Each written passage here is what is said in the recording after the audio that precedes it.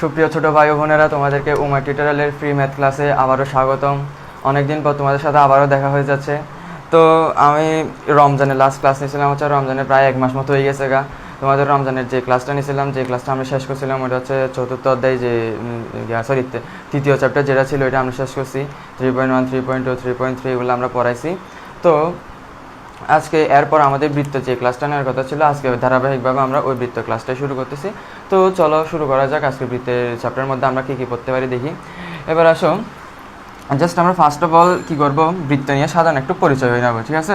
বৃত্ত নিয়ে একটু পরিচয়, বৃত্তের সাথে একটু পরিচিত হয়ে যাব।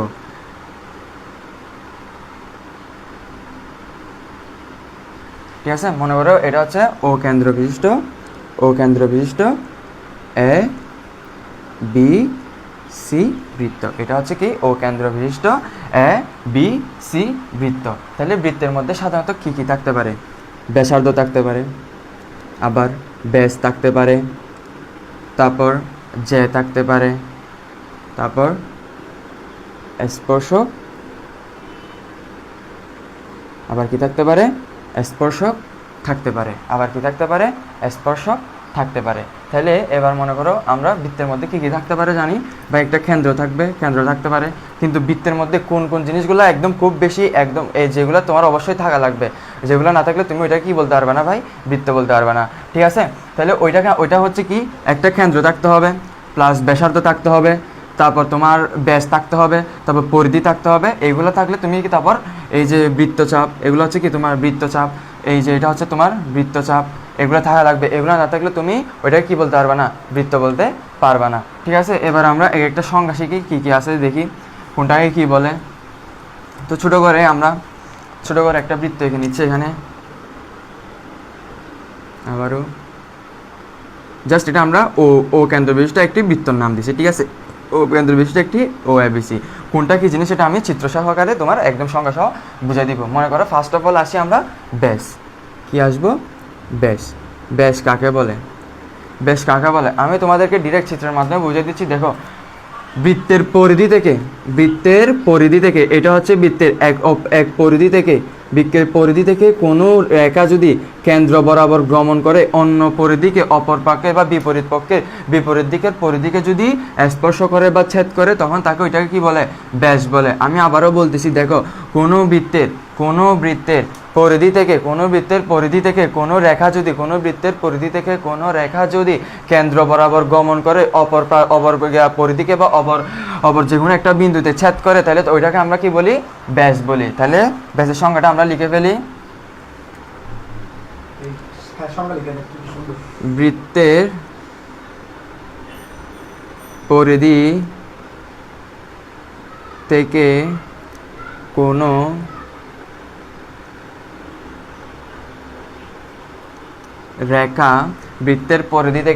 রেখা কেন্দ্র বরাবর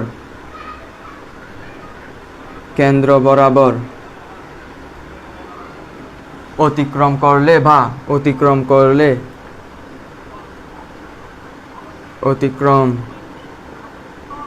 করলে তাকে ব্যাস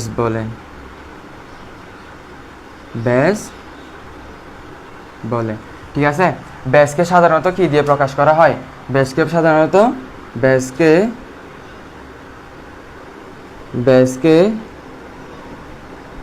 সাধারণত ডি দিয়ে প্রকাশ করা হয়।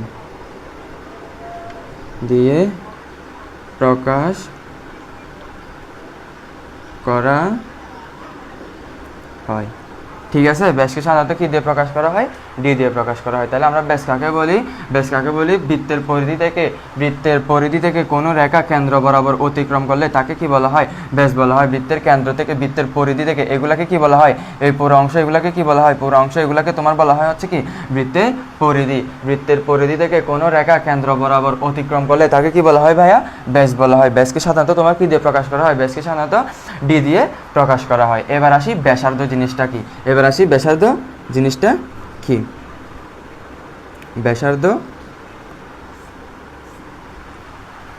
ব্যাসার্ধ জিনিসটার একদম ইজি একটা হচ্ছে কি, তোমাকে একদম যদি এক কথায় বলতে বলি তাহলে ব্যাসের অর্ধেককে কি বলা হয়? ব্যাসার্ধ বলা হয়। ব্যাসের অর্ধেককে কি বলা হয়? ব্যাসার্ধ বলা হয়। তাহলে আমরা সংজ্ঞা হিসেবে কি লিখতে পারি? আরেকটা জিনিস লেখা আছে, ওটা আমি পরে বলতেছি। যদি একদম সহজভাবে ইজিভাবে যদি বলতে চাই তাহলে আমরা কি বলতে পারবো? ব্যাসের অর্ধেককে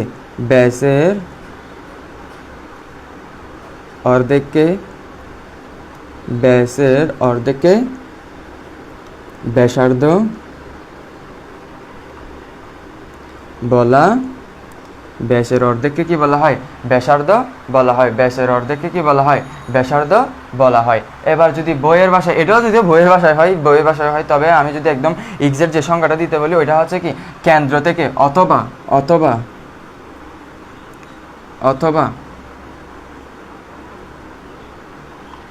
কেন্দ্র থেকে পরিধি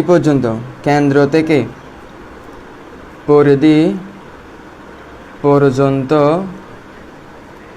দূরত্বকে, আমার একটাই আফসোস ভাই কি জানো, আমরা হচ্ছে কি, আমি দটাকে মাঝে মাঝে এমনভাবে লিখতে যাই এটা প হয়ে যায়, তো মানুষ থেকে বুঝতে পারেন আমি দ লিখছি নাকি প লিখছি। ঠিক আছে, দূরত্ব, এই যে তারপর ব্যাসের অর্ধেককে আমি যদি একদম নিজের ভাষায় যদি বলছি তাহলে ব্যাসের অর্ধেককে ব্যাসার্ধ বলা হয়। আবার অথবা কেন্দ্র থেকে পরিধি পর্যন্ত দূরত্বকে ব্যাসার্ধ বলা হয়। ব্যাসার্ধ বলে। রুকো যারা, সাবার করো, আমি ব্যাখ্যা করতেছি। দেখো এই যে এটা হচ্ছে কি, এটা হচ্ছে একটা বৃত্ত, মানে আমার চিত্রের অবস্থা, মানে দেখছো আমার হাতের অবস্থা কত বাজে, মানে মানুষ একটা জীবনে কোনোদিন বমি করে না যে মানুষে দেখলে, চিত্র দেখলে বমি করে দিবে। ঠিক আছে, এবার দেখো এটা হচ্ছে কি বৃত্তের একটা কেন্দ্র, বৃত্তের এটা হচ্ছে কি, মনে করো এই বৃত্তের নাম হচ্ছে কি, এই বৃত্তের কেন্দ্র হচ্ছে কত? ও। তাহলে এই বৃত্তের কেন্দ্র থেকে পরিধি কোনটা? এটা। বৃত্তের কেন্দ্র থেকে পরিধি পর্যন্ত দূরত্বকে কি বলা হবে? ব্যাসার্ধ বলা হবে। এটা হচ্ছে কি, আমি কি দিলাম? এ দিলাম, এদিকে বি দিলাম। ঠিক আছে, এদিকে হচ্ছে কি দিলাম? বি দিলাম। ও এ বি, মনে করো এটা হচ্ছে সি কি, ও এ বি সি বৃত্ত। ঠিক আছে, তাহলে এবার দেখো কেন্দ্র হতে পরিধি পর্যন্ত, কেন্দ্র হতে আমি একটু আগেই বলছিলাম এগুলাকে কি বলা হয়? এগুলাকে পরিধি বলা হয়। এগুলাকে কি বলা হয়? পরিধি বলা হয়। তাহলে দেখো এবার কেন্দ্র হতে পরিধি পর্যন্ত দূরত্বকে কি বলে? তোমার ব্যাসার্ধ বলে। ঠিক আছে, ব্যাসার্ধকে সাধারণত কি দিয়ে প্রকাশ করা হয়? ব্যাসার্ধকে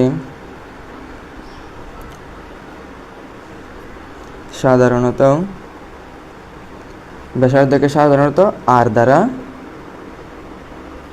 প্রকাশ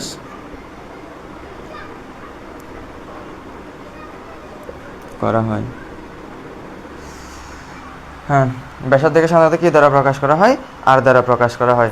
আমার ম্যাথের মধ্যে যে ফেভারিট চ্যাপ্টারগুলো ছিল ওইগুলোর মধ্যে অষ্টম, মানে এই 8 নম্বর চ্যাপ্টারটা অনেক বেশি ফেভারিট ছিল।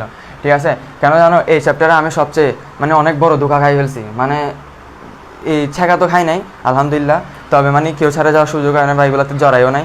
তো দেখো এটাতে ছেঁকা কেমন দেখাইছি, আমাদের ফার্স্ট টার্মে যে এক্সাম ছিল ওইখানে হচ্ছে কি এই চ্যাপ্টারটা ছিল।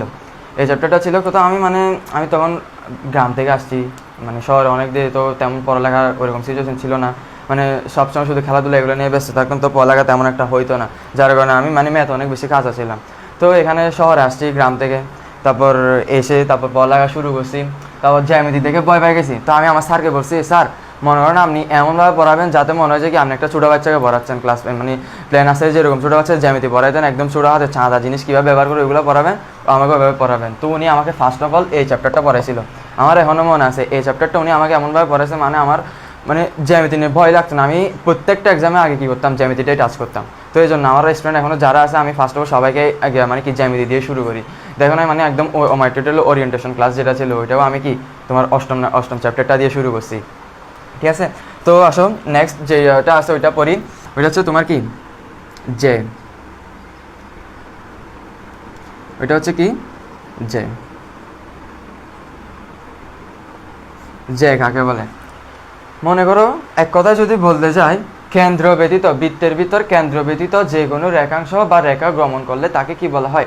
যে বলে। বৃত্তের ভিতর কেন্দ্রের ব্যতীত, আমি লিখে ফেলি,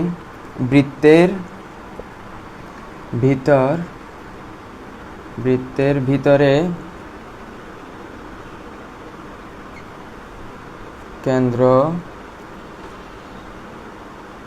বৃত্তের ভেতর কেন্দ্র ব্যতীত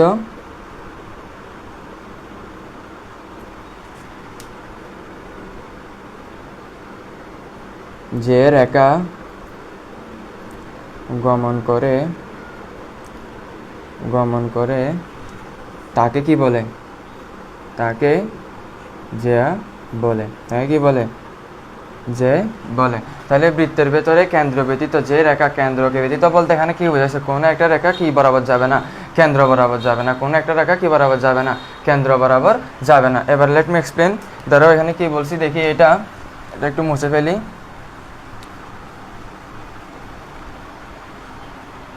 দেখো, এটা একটা বৃত্ত অঙ্কন করলাম আমরা, ঠিক আছে? একটা বৃত্ত অঙ্কন করলাম, মনে করো। এবার এটা হচ্ছে কি বৃত্তের কেন্দ্র, ঠিক আছে? আমরা যদি সাধারণ ভাষায় বলতে চাই, কেন্দ্র ব্যতীত কোনো রেখা, বৃত্তের ভিতর কেন্দ্র ব্যতীত কোনো রেখা গমন করলে তাকে কি বলা হয়?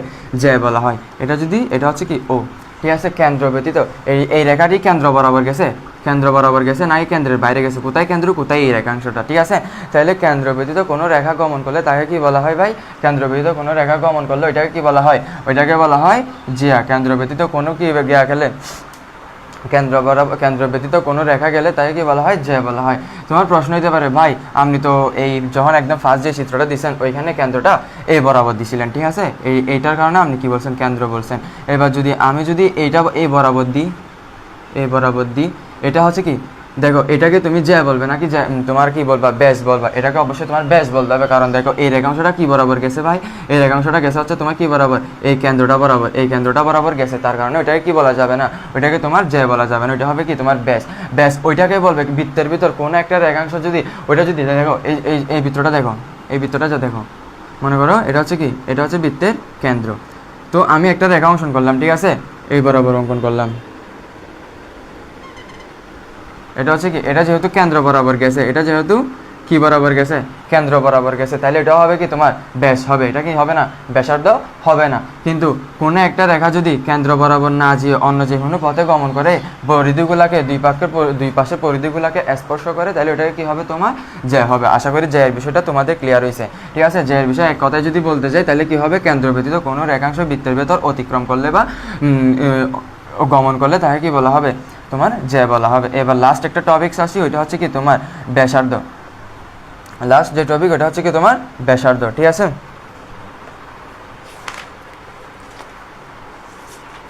সরি, এই স্পর্শক লাস্ট যে টপিক আসবে ওইটা হচ্ছে কি তোমার স্পর্শক।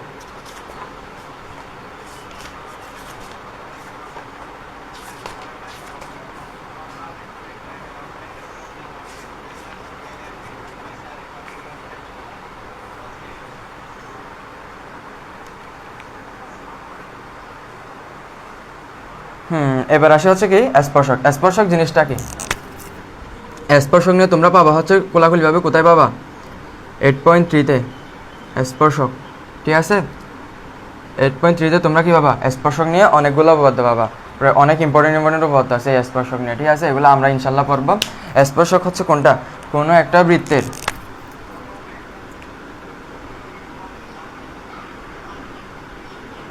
তোমাদেরকে আবার বলে রাখতেছি, হুমায় কলমের অবস্থা অতিরিক্ত বাজে, এটা আবার কালি বেরোচ্ছে। এবার আসি স্পর্শক জিনিসটা কি, ঠিক আছে? স্পর্শকের ক্ষেত্রে তোমার এই মনে করো এটা একটা আমরা কি অঙ্কন করলাম? বৃত্ত অঙ্কন করলাম, ঠিক আছে? এটা হচ্ছে কি ও কেন্দ্র বিশিষ্ট একটি বৃত্ত। ও কেন্দ্র বিশিষ্ট কি ভাইয়া? একটি বৃত্ত, ঠিক আছে? এবার প্রশ্ন হচ্ছে ভাইয়া স্পর্শক জিনিসটা কি? আপনি শুধু বৃত্ত বলে যাচ্ছেন। স্পর্শক জিনিসটা হচ্ছে কি? এবার আমি তোমাদেরকে স্পর্শক এটা বলার জন্য আরেকটা জিনিস বলে দিচ্ছি। বৃত্তের দুইটা অংশ থাকে, একটা হচ্ছে বহির্ভাগ, একটা হচ্ছে অন্তর্ভাগ। একটা হচ্ছে বহির্ভাগ, একটা হচ্ছে কি বৃত্তের দুইটি অংশ থাকে। মেইনলি বৃত্তের দুইটি অংশ কি কি এগুলা? বহির্ভাগ, আরেকটা হচ্ছে কি তোমার অন্তর্ভাগ। ঠিক আছে? বহির্ভাগ মানে কি? তোমরা বহি এবং অন্ত দেখে তুমি বুঝে ফেলতেছো। বহি মানে হচ্ছে কি বৃত্তের বাইরের অংশটাকে, বৃত্তের এই বাইরের অংশগুলোকে তোমার কি বলা হবে? এই পরিধির এগুলাকে তোমার কি বলা হবে? বৃত্তের বাইরের অংশগুলোকে এই দেখো, এগুলো হচ্ছে ভিতরে আর এগুলো হচ্ছে কি তোমার বাইরে। তাহলে দেখো বৃত্তের বহির্ভাগ হচ্ছে কোনটা? বৃত্তের বাইরে যেগুলো থাকবে ওইগুলো হচ্ছে কি তোমার বৃত্তের বহির্ভাগ। বৃত্তের বহির্ভাগের মধ্যে কী কী থাকতে পারে? পরিধি থাকতে পারে, তারপর তোমার স্পর্শক থাকতে পারে। আর অন্তর্ভাগ হচ্ছে কি কেন্দ্র, তারপর এই যে কেন্দ্র, তারপর ব্যাসার্ধ, তারপর ব্যাস, তারপর এই যে এগুলো হচ্ছে কি বৃত্তের অন্তর্ভাগের অংশ। বৃত্তের অন্তর্ভাগের অংশ কোনগুলা? বৃত্তের অন্তর্ভাগের অংশগুলো হচ্ছে তোমার ব্যাসার্ধ, ব্যাস, তারপর যে কেন্দ্র, এগুলো হচ্ছে কি তারপর বৃত্তের অন্তর্ভাগ এবং কোণগুলা। ঠিক আছে, এই কোণগুলো হচ্ছে কি তোমার এই কোণগুলো হচ্ছে কি বৃত্তের অন্তর্ভাগের জিনিস। ঠিক আছে, এবার আসি বৃত্তের স্পর্শক নিয়ে। মেইন জিনিস যেটা নিয়ে আলোচনা করার কথা আমাদের, বৃত্তের স্পর্শক নিয়ে এখন আমরা কি করব? আলোচনা করব। বৃত্তের স্পর্শক হচ্ছে কি, আমরা আবারও একটা বৃত্ত অঙ্কন করে নিই। এটা হচ্ছে ও কেন্দ্র বিশিষ্ট একটা বৃত্ত। ও কেন্দ্র বিশিষ্ট একটা বৃত্ত যদি পরিধিকে কোনো একটা রেখাংশ যদি পরিধিকে স্পর্শ করে ভ্রমণ করে, বৃত্তের বাইরে কোনো একটা রেখাংশ যদি, কোনো একটা রেখা বা রেখাংশ যদি স্পর্শক বরাবর বৃত্তের পরিধির বাইরে বা বৃত্তের পরিধিকে স্পর্শ করে কোনো রেখাংশ অঙ্কন করলে বা গমন করলে তাকে কি বলা হয়? জ্যা বলা হয়। স্পর্শক বলা হয়। এটাকে কি বলা হয়? স্পর্শক বলা হয়। তাহলে আমরা সংজ্ঞা হিসেবে কি বলতে পারি? বৃত্তের পরিধিকে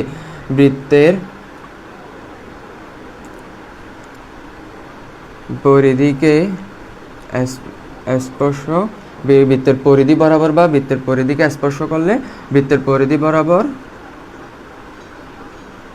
বরাবর কোনো রেখা স্পর্শ করে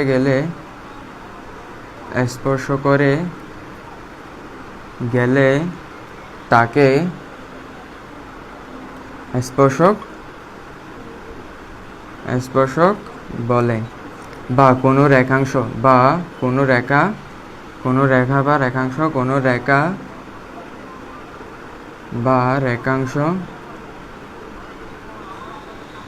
বৃত্তের পরিধিকে স্পর্শ করলে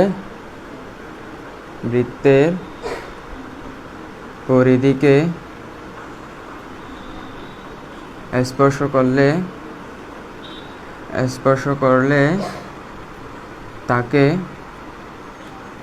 স্পর্শক বলে। এবং যে বিন্দুতে স্পর্শ করে বৃত্তের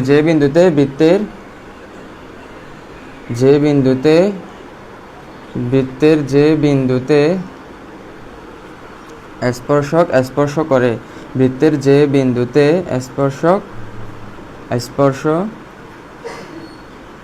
করে তাকে স্পর্শ বিন্দু বলে। তাকে কি বলা হয়? স্পর্শ বিন্দু বলে। ঠিক আছে, তাহলে স্পর্শক আর স্পর্শ বিন্দুটা ক্লিয়ার হয়েছে। এবার আসি, এখন আমাদের বৃত্তের যে পরিচয়গুলো ছিল ওইগুলো শেষ হয়েছে। এবার আসি কি তোমার উপাদ্য 17। এটা পরে আমরা ক্লাসটা কি করবো? ইন্নালিল্লাহ করিব বা জয় বাংলা করে দিব। ঠিক আছে, এই উপাদ্য 17 নম্বর উপাদ্যটা পরে আজকের ক্লাস কি হবে? পিনাকি ভট্টাচার্যের মতো কি হবে? জয় বাংলা করে দিব আমরা। এবার আসো এই উপাদ্য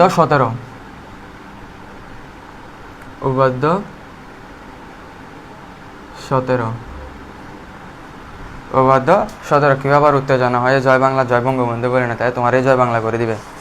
ঠিক আছে, এবার আসো উপাদ্য 17তে কি বলছে? বৃত্তের কেন্দ্র ও ব্যাস ভিন্ন যে এর উপাদ্য 17 প্রশ্নটা আমরা লিখে ফেলি। ঠিক আছে, বৃত্তের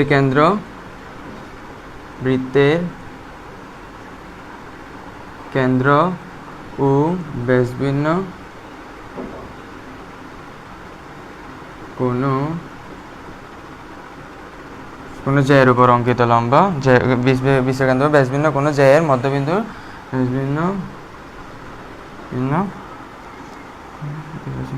কোনো জ্যায়ের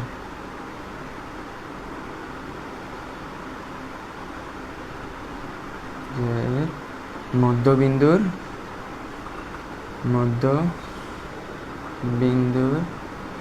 সংযোজক রেখাংশ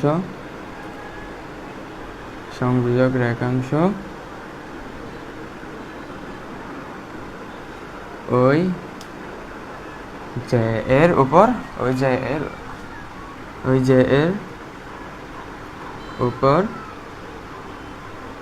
লম্ব। ঠিক আছে, এবার প্রমাণে কি বলছে দেখো। প্রশ্ন আমি তোমাদেরকে খুব ভালোভাবে বুঝিয়ে দিচ্ছি, তারপর তোমরা ইজিলি প্রমাণ করে ফেলতে পারবা। ঠিক আছে, তোমরা আমার থেকে অনেক বেশি ট্যালেন্ট, এটা আমিও জানি, আলহামদুলিল্লাহ। এটার জন্য আমি অনেক শুকরিয়া, এটা আমি অনেক গর্ব করি। ঠিক আছে, তোমরা আমার থেকে অনেক ট্যালেন্ট। এটা দেখো এখানে প্রশ্ন কি বলছে দেখো, বৃত্তের কেন্দ্র ও ব্যাস ভিন্ন কোনো যে এর বৃত্তের কেন্দ্র একটা অঙ্কন করলাম। বৃত্তের কেন্দ্র ও ব্যাস ভিন্ন কোনো যে এর ব্যাস, আমরা ব্যাসের সংজ্ঞা দিতে গিয়ে কি বলছিলাম, ব্যাস সবসময় কেন্দ্র বরাবর যাবে। তাহলে ব্যাস ভিন্ন কোনো যে এর মানে কি, ব্যাস যেই বরাবর যাবে ওই বরাবর যাবে, কিন্তু এটা কি হবে না, কেন্দ্র বরাবর যাবে না। তাহলে দেখো এই যে ব্যাস ভিন্ন কোনো যে মানে কি, দেখো এটা কিন্তু ব্যাসের অনুরূপ। যদি আমি এখানে একটা ব্যাস রাখতাম তাহলে ব্যাসটা কি দিয়ে যেত, কেন্দ্র বরাবর যেত, কিন্তু এটা কেন্দ্র বরাবর যায় নাই, গেছে কি বরাবর, কেন্দ্র ব্যতীত গেছে। তাহলে এটাকে আমরা কি বলতেছি, ব্যাস ভিন্ন যে, মানে এটা কি না, ব্যাস না, এটা হচ্ছে কি যে। তাহলে দেখো বৃত্তের কেন্দ্র ও ব্যাস ভিন্ন কোনো যে এর মধ্যবিন্দু, যেটার মধ্যবিন্দু মনে করো এটা নিলাম, মনে করো এটা হচ্ছে ও, এই যে এর মধ্যবিন্দু নিলাম কত, ও এম। দেখো বৃত্তের ব্যাস ভিন্ন কোনো যে এর মধ্যবিন্দুর সংযোজক রেখাংশ, বৃত্তের কেন্দ্র ও ব্যাস ভিন্ন কোনো যে এর মধ্যবিন্দুর সংযোজক রেখাংশ ওই যে এর উপর লম্ব। প্রমাণ করতে হবে কি, ও এম লম্ব এবি। এটা আমাদের কি করতে হবে ভাইয়া, প্রমাণ করতে হবে। এটা আমাদের কি করতে হবে, প্রমাণ করতে হবে। তো আমরা প্রমাণের সুবিধাতে ও এই মনে করি এটা হচ্ছে এবি জে, ঠিক আছে। এই ও এ এবং ও বি যুক্ত করছি, ও এবং ও বি কি করছি, যুক্ত করছি। এবার আসি আমরা প্রমাণে, ঠিক আছে। প্রমাণে দেখো ত্রিভুজ ও এম, মনে করো আমরা এখন ত্রিভুজ নিয়ে কাজ করবো। এখানের ভিতরে যে ত্রিভুজগুলো আছে ওগুলো নিয়ে কাজ করবো। এটা একটা ত্রিভুজ, এটা একটা কি ত্রিভুজ। তাহলে এবার আসো ত্রিভুজ ও এম, ত্রিভুজ ও এম এবং আরেকটা ত্রিভুজের নাম কি বলো তো ভাইয়া, ত্রিভুজ ও বি এম, ত্রিভুজ ও এম এবং ত্রিভুজ ও বি এম, ঠিক আছে। ত্রিভুজ ও এম এবং ত্রিভুজ ও বি এম এ কি মিল আছে দেখো, ও এ এবং ও বি সমান না। দেখো ও এ এবং ও বি সমান, কেন সমান আমি বলতেছি ভাই, দাঁড়া। ও এ ও বি কেন সমান, দেখো ও এও এই বৃত্তের ব্যাসার্ধ, এই ও বিও এই বৃত্তের ব্যাসার্ধ। তো কোনো বৃত্তের ব্যাসার্ধ সবসময় কি হয়ে থাকে, কোনো বৃত্তের ব্যাসার্ধ সবসময় কি হয়ে থাকে, সমান হয়ে থাকে। তাহলে ও এ এবং ও বি সমান, কারণ একই বৃত্তের ব্যাসার্ধ। এগুলো তোমরা অবশ্যই লিখবা, এই সাইড নোটগুলো অবশ্যই লিখবা। একই বৃত্তের ব্যাসার্ধ, এগুলো হচ্ছে কি একই বৃত্তের ব্যাসার্ধ, ঠিক আছে। তারপর দেখো আর কি মিল আছে, ও এম এবং ও এম, এই ত্রিভুজ, এই ত্রিভুজের মধ্যে এবং এই ত্রিভুজের মধ্যে কোন জিনিসটা একদম খুবই কমন, এই দেখো ও এমটা, কারণ এই ও এমটা এই ত্রিভুজেরও অংশ, এই ও এমটা এই ত্রিভুজেরও অংশ, ঠিক আছে। তাহলে আমরা বলতে পারি হচ্ছে কি O M equals to O M. কারণটা কি, সাধারণ বাহু। সাধারণ মানে কি, কমন আছে, এটা উভয়ের মধ্যে কি আছে, সাধারণ বাহু, ঠিক আছে।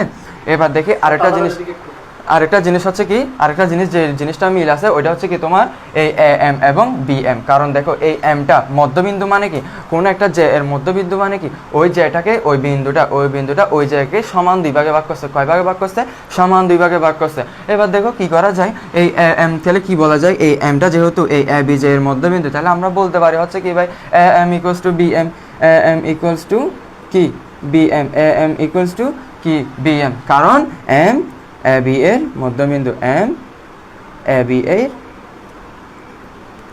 এর মধ্যবিন্দু, ঠিক আছে। এম কি হচ্ছে তোমার এ বি এর মধ্যবিন্দু। সুতরাং যেহেতু এখানে দেখো এটাও একটা সমান হয়েছে, এই একটা সত্য সমান হয়েছে, একটা বাহু সমান হয়েছে, একটা বাহু সমান হয়েছে, একটা বাহু সমান হয়েছে, তাহলে এই ত্রিভুজ দুইটাই কি হচ্ছে কি সর্বসম ত্রিভুজ। এই ত্রিভুজ দুইটা হচ্ছে কি সর্বসম ত্রিভুজ, এই ত্রিভুজ দুইটা হচ্ছে কি সর্বসম ত্রিভুজ। সুতরাং ত্রিভুজ ও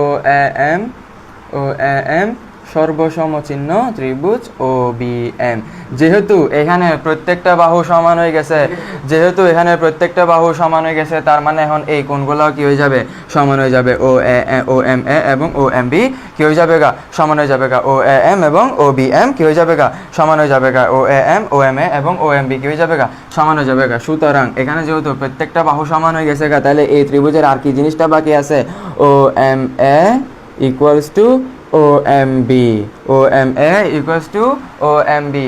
এবার দেখো এই ও এম এ এবং ও এম বি জিনিসগুলা এই উভয় কি কোণ, রৈখিক যুগল কোণ। আমরা রৈখিক যুগল কোণ কোনটাকে বলতেছি ভাই, দেখো কোনো একটা কোণ বা একই সরলরেখার উপর দুইটি কোণ মিলে যদি 180 ডিগ্রি তৈরি করে, কোনো সরলরেখার উপর যদি কোনো রেখা মিলে যদি বা কোনো দুইটি কোণ মিলে যদি, কোনো একটা সরলরেখার উপর কোনো দুইটি কোণ মিলে যদি 180 ডিগ্রি উৎপন্ন করে, কত ডিগ্রি উৎপন্ন করে, 180 ডিগ্রি উৎপন্ন করে, তাহলে ওইটাকে কি বলা হয়, রৈখিক যুগল কোণ। যুগল মানে কি একসাথে দুইটা আছে, ঠিক আছে, রৈখিক যুগল কোণ। কাপল অর্থ হচ্ছে কি দম্পতি বা যুগল। ঠিক আছে। ঠিক সেমভাবে এখানে হচ্ছে কি রৈখিক যুগলগুণ মানে কি দুইটা কোণ একত্রে মিলে কত ডিগ্রি উৎপন্ন করছে ভাইয়া 180 ডিগ্রি। দেখো এই কোণটাও 180 ডিগ্রি উৎপন্ন করছে, সরি এই কোণটাও যেমন 90 ডিগ্রি, এই কোণটাও 90 ডিগ্রি, কারণ এই দুইটা এদিকে যেমন এটা যেমন লম্ব হলে এটাও 90 ডিগ্রি হবে, ঠিক সেমভাবে এটা লম্ব তাহলে এটাও 90 ডিগ্রি হবে। 90 90 কত 180 ডিগ্রি। তাহলে এখানে যেহেতু কোণদ্বয় রৈখিক যুগলগুণ, দেখো আমি এটা ধাপ 2 এর মধ্যে আবার লিখতেছি। ধাপ 2 এর মধ্যে কি লিখতে পারি, যেহেতু কোণদ্বয় যেহেতু OMA ও কোণ OMB উভয়ই রৈখিক যুগল কোণ, সেহেতু রৈখিক যুগল কোণের বিষয়টা আশা করি বুঝতে পারছো। যেহেতু OMA এবং OMB উভয়ই রৈখিক যুগল কোণ, সেহেতু কোণ OMA equals to OMB equals to কত ডিগ্রি লিখতে পারি আমরা 90 ডিগ্রি বা এক সমকোণ। যেহেতু এই কোণটা আমরা OMA এবং OMB উভয় যেহেতু 90 90 180 ডিগ্রি আমরা কি করে ফেলছি, প্রমাণ করে ফেলছি। ঠিক আছে, 180 ডিগ্রি যেহেতু আমরা 90 ডিগ্রি যেহেতু প্রমাণ করে ফেলছি, তাহলে ওইটাকে আমরা লম্ব বলতে পারবো না। ঠিক আছে, ওইটাকে আমরা কি বলতে পারবো, লম্ব বলতে পারবো। সুতরাং OM লম্ব কি বলতে পারি, AB বলতে পারি, কারণ লম্বের মান সবসময় কত ডিগ্রি হবে, 90 ডিগ্রি হবে। ঠিক আছে, লম্বের মান সবসময় কত ডিগ্রি হবে, 90 ডিগ্রি হবে। আশা করি তোমাদের উপাদ্য 17 নম্বরের উপাদ্যটা, যে উপাদ্যটা ছিল একদম ইজি উপাদ্য, এটা তোমরা কতে পাবা। ঠিক আছে, কতে পাবা, আর MCQতে এটা দিয়ে প্রমাণ করতে হবে। ঠিক আছে, MCQতে এটা থেকে কি আসবে, প্রমাণ আসবে। বহুপদী যে MCগুলো থাকে ওইগুলো। তারপর এই তোমাদের উমায়ের ভাই এখন আমাদের সামনে আছে, যদিও উনি এখন এই এমন অবস্থা আসতে পারে ক্যামেরার সামনে আসতে পারবে না। ঠিক আছে, কারণ গরমের কথা যেহেতু বলছি তোমরা বুঝে গেছো। ঠিক আছে, কারণ তোমরা অবশ্যই লিজেন্ড, যেহেতু আমরা মানে এখানে সবসময় লিজেন্ডের সবসময় ছড়াছড়ি উমার টিউটোরিয়াল দেখছো। মানে আমরা শুরু করছি এখনো 5-6 মাস হয় না, আমাদের পেছনে এখন অনেকেই লেগে গেছে। এবার বুঝো আমার পেছনে মানে আমাদের কত লিজেন্ডারি মানুষ ভাবতেছে, তো লেগে গেছে মানে কি আমরা কিন্তু আল্লাহর রহমতে কোথায় যাচ্ছি, তোমাদের সহায়তায় আমরা আল্লাহর রহমতে উপরের দিকে যাচ্ছি। ঠিক আছে, তাহলে এখন তোমরা যেহেতু সহায়তা করছো, তাহলে তোমাদের অবশ্যই আমাদের সহায়তা লাগবে। তোমরা সহায়তা না হলে আমরা কি বলতে গেলে একদম কোনো কিছুই পাবো না। তো দেখো এই আমাদের তোমাদের উমায় স্যারের যে ক্লাসগুলো আছে ওইগুলো তোমরা করবা, প্লাস আমাদের প্রত্যেকটা ক্লাস তোমরা এখান থেকে মনোযোগ সহকারে করবা। তোমরা যে কোনো সমস্যার কারণে আমাদের উমায় টিউটোরিয়াল ডিসকাশন গ্রুপ যেটা আছে ওইটাতে তোমরা নক করবা। আমাদের টিমমেটরা বা এই অন্যান্য আরও কয়েকজন স্টুডেন্ট আছে, ওদেরকে আমরা পুরো গ্রুপটাই দিয়ে দিছি, যে কোনো সমস্যার সমাধানও তোমরা সবসময় ওদেরকে পাবা। তো প্লাস এই যে কিছুদিন পরে আমাদের উমায় স্যার তোমাদের জন্য মেবি বাংলা ইংলিশ ICTর আয়োজন করবে, ওইটা তো তোমাদের মানে স্বতঃস্ফূর্ত আয়োজনের মানে অংশগ্রহণ আমরা আশা করবো। তারপর কিছুদিন আগে তোমাদের মানে আমি ব্যতীত আমাকে ছাড়া সবাই তোমরা কি করছো, এই যে অনুষ্ঠানটা তোমরা অংশগ্রহণ করছো, এটার জন্য মানে এটা দেখে আমরা খুবই খুশি লাগছে, কারণ আমি যাইতে পারি না। ঠিক আছে, কিন্তু সবাই কিন্তু কি করছে, অংশগ্রহণ করছে। তো এগুলো সবই তোমাদের দোয়া এবং তোমাদের মানে সাপোর্টের কারণে। তো আশা করি তোমরা আমাদের সবসময় আমাদের পাশে থাকবা। আজকে ক্লাসে এতটুকুই, আসসালামু আলাইকুম।